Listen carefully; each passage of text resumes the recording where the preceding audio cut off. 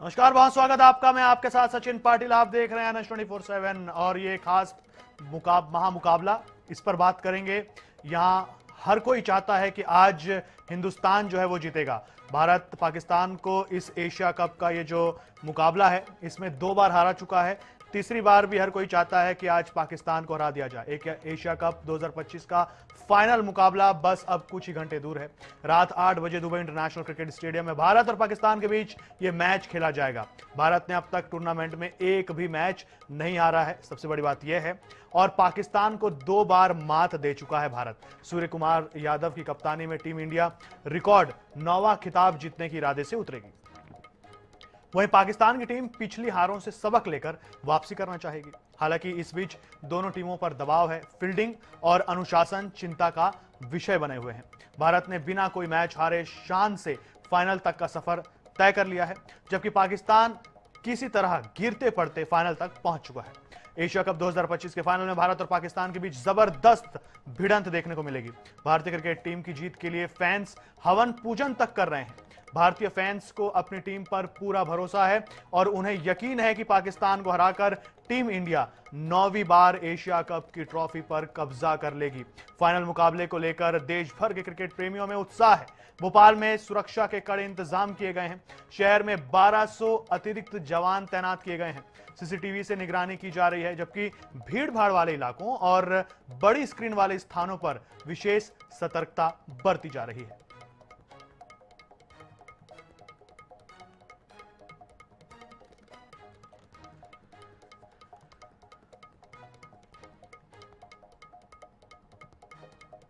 बिल्कुल, तो देखिए, और इस पर बातचीत कवर करने के लिए हमारे साथ में 3 खास मेहमान जुड़ गए हैं। बहुत स्वागत है तीनों का। दर्शकों को आपका मैं इंट्रोडक्शन दे देता हूं। हमारे साथ में अजय रमनानी जी हैं, पूर्व रणजी क्रिकेटर हैं। संजय दुबे जी हैं, क्रिकेट एक्सपर्ट हैं। और जसवंत क्लॉडियस जी हैं, हमारे साथ में वरिष्ठ खेल पत्रकार हैं। चर्चा की शुरुआत करेंगे।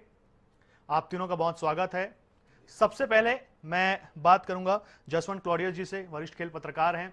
सर, जब जो पहला मैच था इस टूर्नामेंट का पाकिस्तान के साथ में जो मैच था, तब हमने देखा था कि जो खेल प्रेमी है पूरे देश में वो बहुत ज्यादा विरोध कर रहे थे। और फिर दूसरा मैच हुआ, भारत ने उस मैच को भी जीत लिया। तीसरा मैच, फाइनल मैच, जो कि आज है। अब हम भी देखते हैं, जैसे कि हमारे जो संवाददाता हैं जब खेल प्रेमियों से कहीं बात करने के लिए जाते हैं, वो जो विरोध हो रहा था पहलगाम अटैक का, ये तीसरे मैच आते आते तक वो विरोध अब कहीं दिख नहीं रहा है। वो जो हमेशा भारत और पाकिस्तान की जो राइवलरी की जो बात होती है ना, अब वो आ गई है। वो जो विरोध हो रहा था, ऑपरेशन सिंदूर हो गया, पहलगाम अटैक हो गया, वो अब देखने को नहीं मिल रहा है तीसरे और फाइनल मैच में। देखिए, राजनीतिक चर्चा की बात तो मैं नहीं कहूँगा, लेकिन खेल की अगर हम बात करें तो सीधे सीधे से हर खेल प्रेमी ये चाहता है कि साफ सुथरा खेल हो, खेल भावना से हो। और मुझे लगता है कि इस बार भी भारत और पाकिस्तान का मुकाबला बहुत अच्छा होगा। ये ज़रूर है कि हम अपने देश के पक्ष में ही चाहते हैं कि हमारी टीम एशिया कप को जीत कर लाए। तो भारत में उत्साह बहुत अधिक है। भारत के खिलाड़ी चाहते, भारत के दर्शक, भारत के खेल प्रेमी यही चाहते हैं कि पाकिस्तान को इस मैच में पटकनी दे और विजय होकर यहाँ पर वापस आए। तो मुझे लगता है कि इस मुकाबले के लिए भी, हालांकि अभी ऐसा जैसा आपने कहा कि बहुत ज़्यादा उत्साह लगता नहीं, मुझे नहीं लगता ऐसा है। ये एक समय आएगा, उस समय आप देखिएगा किस ढंग से जो दर्शक है वो अपनी प्रतिक्रिया देंगे। तो आपको लगेगा निश्चित रूप से भारत और पाकिस्तान के मुकाबला को देखने के लिए बहुत सारे लोग उत्सुक थे। और उत्सुकता इस बात की थी कि लगातार तीसरी बार जीत की हैट्रिक एशिया कप में भारत की टीम बना लेती है। इस उम्मीद के साथ दर्शक इस मैच को देखेंगे। बिल्कुल, तो देखिए, उत्साह जो है वो अभी तक चरम पर नहीं है। क्लॉडियस जी का कहना है, वो हो सकता है कि उनका कहना है कि जब मैच शुरू होगा और जैसे जैसे बॉल होती जाएगी, ओवर्स कम होते जाएंगे, उसके बाद ये उत्साह जो है वो देखने को मिलता जाएगा शहर बतौर शहर। और अब मैं एक प्रश्न लूंगा अजय रमनानी जी से, पूर्व रणजी क्रिकेटर हैं। सर, अभी जो हमने मैचेस देखे हैं, पाकिस्तान के साथ जो मैचेस देखे, बॉलिंग और फील्डिंग भारतीय टीम के लिए चिंता का विषय बना हुआ है। ठीक है, बैटिंग तो अपनी तरह है, बैटिंग में भी थोड़ी सी कमी देखने को मिली, लेकिन बॉलिंग और फील्डिंग जो है वो चिंता का विषय है। इसको किस तरीके से आप देखते हैं, जो ठीक करना होगा इस मैच में? देखिए, थोड़ा सा भारतीय टीम वैसे तो बहुत ही मजबूत है इस एशिया कप में, सबसे मजबूत टीम भारतीय टीम ही है। लेकिन हाँ, थोड़ा सा यह एशिया कप के मैचेस में हमने देखा कि कहीं पे हमने फील्डिंग में कैचेस छोड़े, हर मैच में कुछ ना कुछ कैचेस छोड़े। और बॉलिंग में देखिए, बॉलिंग में कोई विशेष ऐसा कमजोरी नहीं दिख रही है। ठीक है, कहीं थोड़े 2020 क्रिकेट है इसलिए कुछ हम रन खा रहे हैं बॉलर्स, लेकिन मुझे नहीं लगता कि बॉलिंग में कोई चिंता का कोई विषय है। सिर्फ चिंता का विषय तो थोड़ा फील्डिंग है, फील्डिंग हमको थोड़ा सा ध्यान देना पड़ेगा, कैचेस पकड़ने पड़ेंगे, और जो मुश्किल कैचेज हैं उनको भी हमको कैचेज में कन्वर्ट करना पड़ेगा, क्योंकि हमको पाकिस्तान को तीसरी बार हराना है और जरूर हराना है आज, क्योंकि हमारी टीम बहुत ज़्यादा मजबूत है, पाकिस्तान की टीम उसके मुकाबले में काफ़ी कमज़ोर है, और हमको पाकिस्तान को आज बिल्कुल भी मौका नहीं देना चाहिए कि वो हमको चुनौती पेश करे। तो मैं चाहता हूँ कि आज भारत फील्डिंग में भी बहुत अच्छा करे, बॉलिंग में देखिए अच्छा करेगी ही वो तो, और बैटिंग में भी बिल्कुल अच्छा करेगी। तो पाकिस्तान को आज भारत को हराना चाहिए। बिल्कुल, तो आपका कहना है कि टीम जो है वो लगातार अच्छा प्रदर्शन कर रही है और एशिया कप की सबसे अच्छी टीम है, तो इस हिसाब से भारत को ही जीतना चाहिए। भारत को इस बार आज यानी कि शाम को फील्डिंग भी बहुत अच्छी से करनी होगी और बैटिंग भी अच्छी से करनी होगी। आगे बढ़ूंगा संजय दुबे जी से। सर, आप क्रिकेट एक्सपर्ट हैं, तो आपके लिए तो पहला सवाल यही बन जाता है, एक्सपीरियंस और इंस्टिंक्ट आपका आज क्या कह रहा है, क्या होने वाला है सर मैच में? देखिए, पिछले मैचों के अगर हम प्रदर्शन को देखें और परिणाम को देखें तो दोनों ही भारत के पक्ष में जाते हैं, और जो जीत का अंतर भी है कि आप 7 विकेट से जीत रहे हैं, 6 विकेट से जीत रहे हैं, तो आपका जो जीत का फ़र्क है वो भी बहुत दूर का है, पास का भी नहीं है। तो मुझे ऐसा लगता है कि अगर हम परसेंटेज बेस पे आज के जीत और हार को देखना चाहेंगे तो 70% मैच भारत की तरफ जाता है और 30% मैच पाकिस्तान की तरफ जाता है। और हमारे जीत का सबसे बड़ा कारण यह है कि कॉम्बिनेशन ऑफ द टीम बहुत शानदार है, हमारी बैटिंग बहुत अच्छी है, बॉलिंग बहुत अच्छी है, फील्डिंग साइड पे हम थोड़ा सा वीक हुए हैं, लेकिन उससे परिणाम में कोई खास फर्क नहीं आया। अब आप पिछले 2 मैच में देखेंगे भी, हमारे कैच छूटने के बावजूद भी मैचेस के परिणाम जो हैं वो अप्रभावित रहे हैं। तो मुझे लगता है कि पक्ष भारत का मजबूत है, लेकिन हर मैच अपने आप में एक अनोखा मैच होता है, और जब 2 देश जिनके बीच की राइवलरी बड़ी टफ हो और वो जब खेलते हैं तो डेफिनेटली दोनों ही दम लगाना चाहेंगे और जीतना चाहेंगे। बिल्कुल, तो दोनों ही टीमें जो हैं पूरी कोशिश करेंगी, क्योंकि ये राइवलरी की बात है। जैसे कि आप देखिए, जो 2 बुल्स होते हैं ना, और मैच से पहले वो पूरा का पूरा जो दोनों सिंग है वो लॉक हो चुके हैं। इस तरीके की जो पिक्चर है वो भारत और पाकिस्तान की हमेशा देखने को मिलती है। मैं आगे बढ़ूंगा जसवंत क्लॉडियस जी के पास में और उनसे ये पूछना चाहूंगा कि सर, अभी शोएब अख्तर का जैसे इंस्टाग्राम पर एक रील जो है वो बड़ा चल रहा है। शोएब अख्तर ने कह दिया था गलती से कि पाकिस्तान को जो है वो अभिषेक बच्चन से बचना होगा, और हालांकि उनका कहना अभिषेक शर्मा को था। तो अगर अभिषेक शर्मा का डर पाकिस्तान के पूर्व क्रिकेटर और एक बड़े क्रिकेटर शोएब अख्तर को सता रहा है, तो क्या वाकई पाकिस्तान की टीम को अभिषेक शर्मा से आज डर कर रहना चाहिए? क्या आज कुछ कमाल करके दिखाएंगे क्या अभिषेक शर्मा जी? देखिए, अभिषेक शर्मा के लिए तो दोनों टीम महत्वपूर्ण है, इसलिए कि पाकिस्तान की टीम निश्चित रूप से चाहेगी कि जो खिलाड़ी पहले में से ही 31, 33, 75 और 63 ऐसे रनों का स्कोर लगातार जिसने किया है, तो उस खिलाड़ी को रोकना तो बहुत ही महत्वपूर्ण होगा। और निश्चित रूप से मैं समझता हूं कि इस कम से कम ये 2 मैच के तो हर वीडियो को, हर ओवर के वीडियो को इन्होंने देखा होगा पाकिस्तान के खिलाड़ियों ने कि किस ढंग से इनको रोका जाए। तो ये तो बिल्कुल सही बात है कि एक दबाव तो बना दिया है अभिषेक शर्मा जी ने अपने शानदार खेल के बदौलत विपक्षी टीमों पर, विशेषकर पाकिस्तान की टीम और पाकिस्तान की टीम के जो गेंदबाज हैं, चाहे वो सैम अयूब हो या शाहीन अफरीदी हो, इन पर बड़ी आज जिम्मेदारी है कि ये हर हालत में अभिषेक शर्मा को रोके। लेकिन दूसरी तरफ अगर हम देखें, भारत की बात करें, तो भारत के खिलाड़ियों को वास्तव में इस बार देखना होगा कि अभिषेक शर्मा अगर नहीं चले तो भारतीय खिलाड़ियों की मानसिकता क्या होती है। अभी ये भी एक बहुत ही महत्वपूर्ण पक्ष है इस मुकाबले का कि अगर अभी तक वो चलते रहे तो टीम ने भी अच्छा स्कोर किया, और अगर नहीं चले तो क्या होगा, क्या मानसिक रूप से बाकी जो बल्लेबाज हैं हमारे वो तैयार हैं, अगर वो जल्दी चले जाते हैं तो क्या बाकी लोग संघर्ष करने की स्थिति में, स्कोर को अच्छी पोजीशन में ले जाने की स्थिति में। लेकिन फिर भी जो अख्तर साहब ने कहा है, मैं एक बात और कह दूं कि खेल में जो है मनोवैज्ञानिक दबाव एक बनाया जाता है। और ये जो मनोवैज्ञानिक दबाव, चूंकि मैदान में वो गेंद और बल्ले से कुछ कर नहीं पा रहे, इसलिए उन्होंने माइंड को डाइवर्ट करने के लिए इस तरह की बात की। और इन सब बातों से हमारे खिलाड़ियों को, कम से कम खिलाड़ी जो मैदान में उनको तो दूर रहना चाहिए और इस पर उन्हें कोई बात भी नहीं करना चाहिए, क्योंकि इसका इफेक्ट कहीं ना कहीं खेल पर पड़ता है। बिल्कुल। अजय जी, आपसे ये जानना चाहेंगे कि सूर्य कुमार यादव का जो पिछला एक्सपीरियंस रहा बैटिंग को लेकर के, उस हिसाब से टीम इंडिया कितना भरोसा कर सकती है आज के मैच के लिए? हालांकि वो इस टीम के हैं तो भरोसा तो पूरा किया जाएगा कि वो हमारे टीम के एक अच्छे सदस्य हैं, कप्तान हैं, लेकिन जो पिछला उनका रिकॉर्ड रहा है, हाल ही के जो 2-3 मैचेस हैं, उसको देख करके आपको क्या लग रहा है कि क्या कमाल करके दिखाएंगे आज सूर्य कुमार यादव?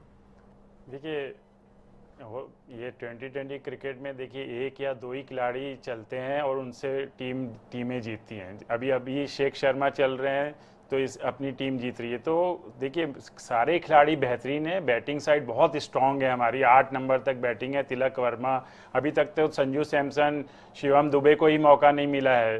तो देखिए, तिलक वर्मा ने एक इनिंग बहुत अच्छी खेली, तो सारे बैटिंग साइड बहुत शानदार है। और सूर्य कुमार यादव देखिए एक इनिंग बहुत शानदार खेले अभी पाकिस्तान के खिलाफ, और 2-3 मैच में जल्दी आउट हुए। तो 2020 क्रिकेट में देखिए बहुत ज़्यादा अपने पास समय तो है नहीं कि 20 ओवर का मैच है, हम क्या बोलते हैं, कभी जल्दी आउट हो जाते हैं, कभी रन बना जाते हैं। तो अभी देखिए सबके ऊपर पूरा भरोसा है, सारे बैटर्स हमारे बहुत शानदार हैं और देखिए कोई ना कोई तो चलेगा ही। और मुझे लगता है कि अगर आज जैसे गिल चल सकते हैं, सूर्य कुमार यादव चल सकते हैं, संजू सैमसन को अगर मौका मिला तो वो भी चल सकते हैं, तो कोई ना कोई खिलाड़ी, 2-3 खिलाड़ी भी अगर चल गए तो अपना एक बहुत अच्छा स्कोर बनेगा, वो आप देखेंगे। बिल्कुल।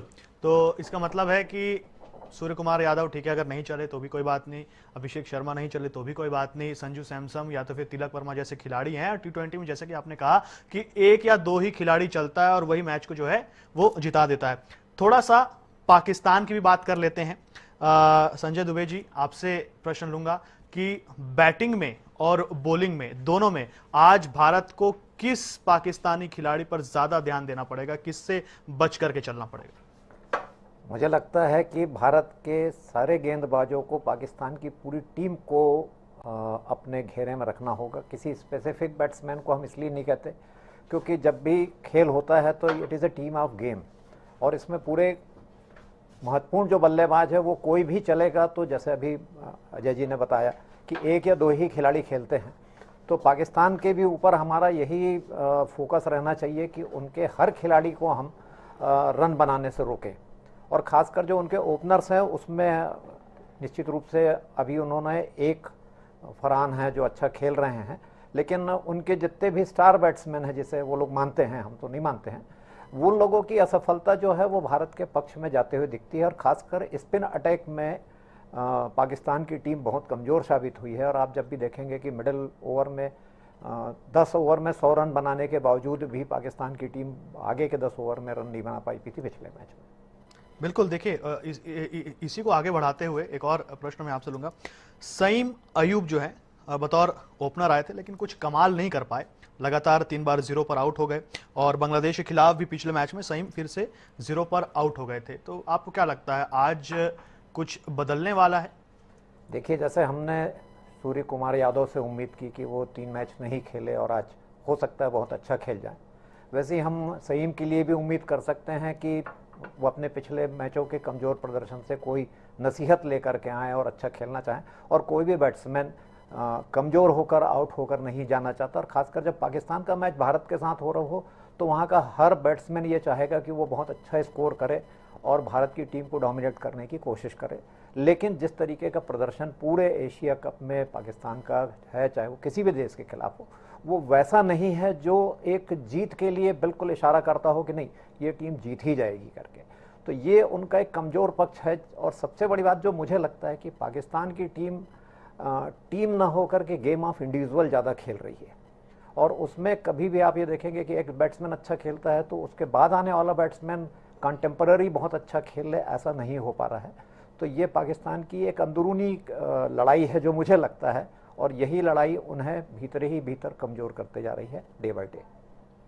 संजय जी, आपको ऐसा क्यों लगा इस एशिया कप में कि पाकिस्तान जो है वो टीम गेम कम बल्कि वहां उनके यहाँ इंडिविजुअलिटी पर ज्यादा जोर दिया जा रहा है। कोई इंसिडेंट आप बता पाए? नहीं, वहाँ का जो बोर्ड है उसको अगर आप देखेंगे और वहाँ आप शाहीन को, इसको उनके यहाँ के जो पेस बॉलर हैं, नाम बोल रहा हूँ उनका, शाहीन अफरीदी जी। आप देखेंगे कि वो एक तरीके से डायरेक्टली कैप्टेंसी की दौड़ में आज नहीं, उस दिन से है जब से वो आए हैं, और लगातार ये पाकिस्तान के भीतर ये बात चलते रहती है। बोर्ड अलग बोलता है, बाहर खिलाड़ी अलग बोलते हैं, उनके जो एक्सपर्ट्स हैं वो अलग बोलते हैं।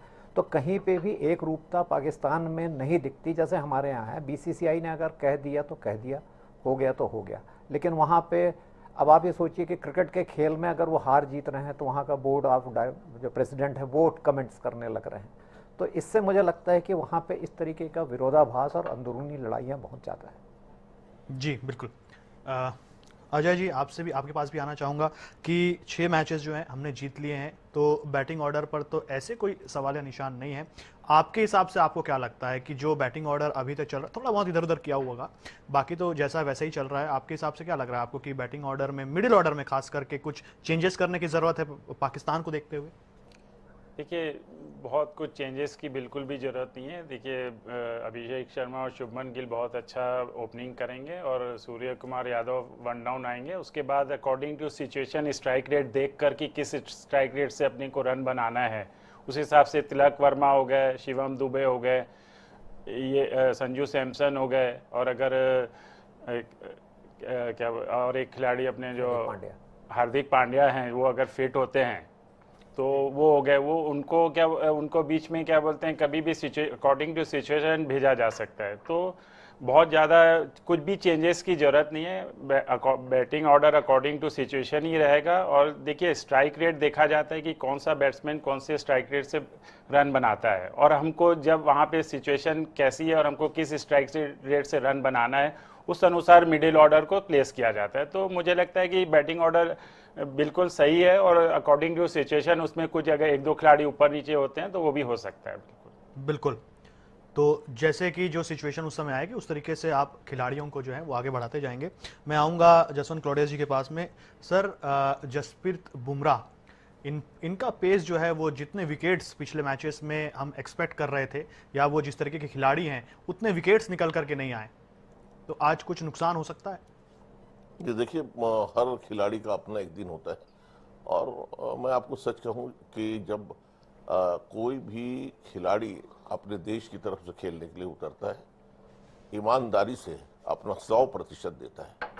और मैं समझता हूँ कि बुमराह को भले सफलता नहीं मिली, लेकिन ये वो गेंद का ही कमाल होता है और बल्लेबाज की गलती होती है कि जिसकी वजह से विकेट भी मिल जाया करते हैं। तो मैं समझता हूँ बुमराह, एक तो ये जो पिच है थोड़ी स्लो पिच है, तो इसमें तेज गेंदबाज जो अपना कमाल दिखलाना चाहते हैं वो शायद नहीं दिखला पाते। लेकिन बुमराह लगातार अभी अटैक कर रहे हैं विकेट पर, और ये उम्मीद हम करते हैं कि पाकिस्तान की जो बल्लेबाज हैं वो मिस्टेक करें और बुमराह कामयाबी मिले, और जल्दी कामयाबी मिले। बिल्कुल।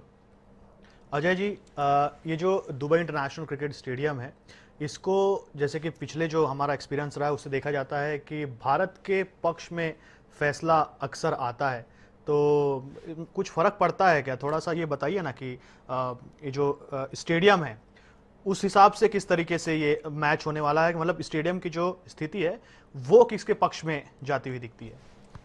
देखिए, ये दुबई के स्टेडियम में जनरली यहाँ का जो विकेट है वहाँ थोड़ा सा बॉल रुक कर आता है, और उल्टा जैसे बुमराह को अगर विकेट नहीं मिल रहे हैं और बॉल पड़ रही, वैसी सिचुएशन बैट्समैन के लिए, बैटर्स के लिए भी रहती है कि उनको भी थोड़ा सा संभल कर खेलना पड़ता है। बॉल रुक कर आता है, थोड़ा दम लगाना पड़ता है स्ट्रोक मारने के लिए।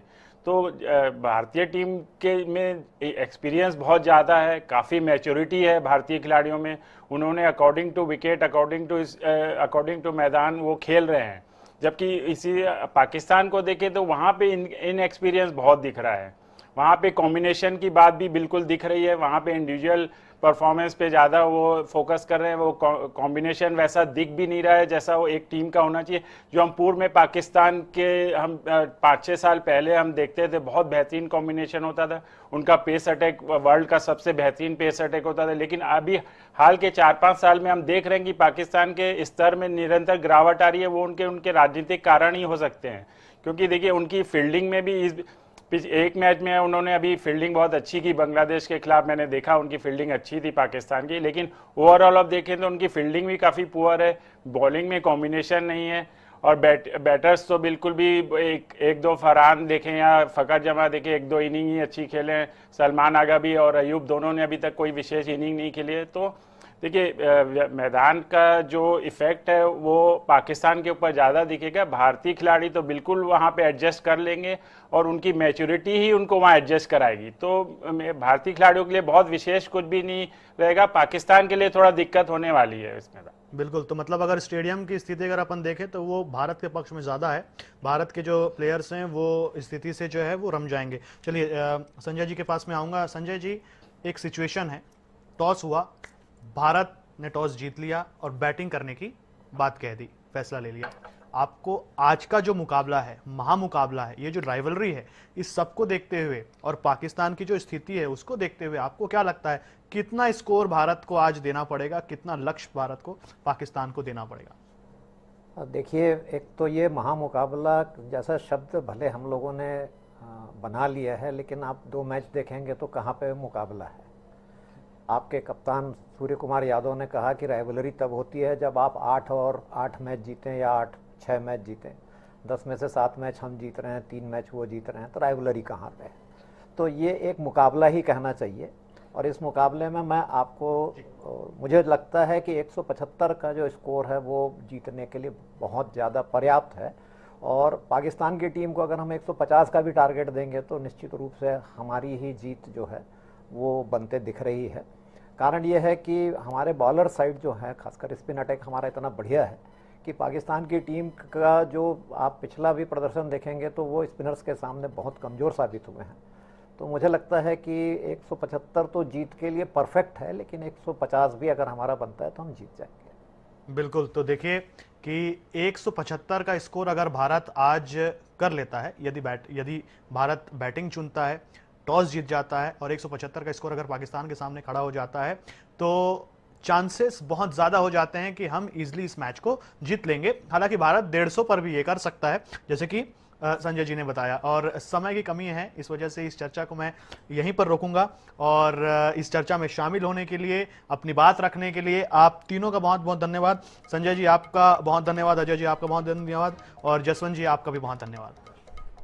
तो बिल्कुल देखिए, महामुकाबला, और हर कोई चाहता है कि हिंदुस्तान की आज जीत हो। और जिस तरीके से हमारे एक्सपर्ट ने बताया कि 175 का ये जो जादुई आंकड़ा है, अगर भारत यहां तक पहुंच जाता है तो इस मैच को भारत आराम से जीत लेगा। तो फिलहाल इस चर्चा में इतना ही, और मुझे दीजिए इजाजत। नमस्कार।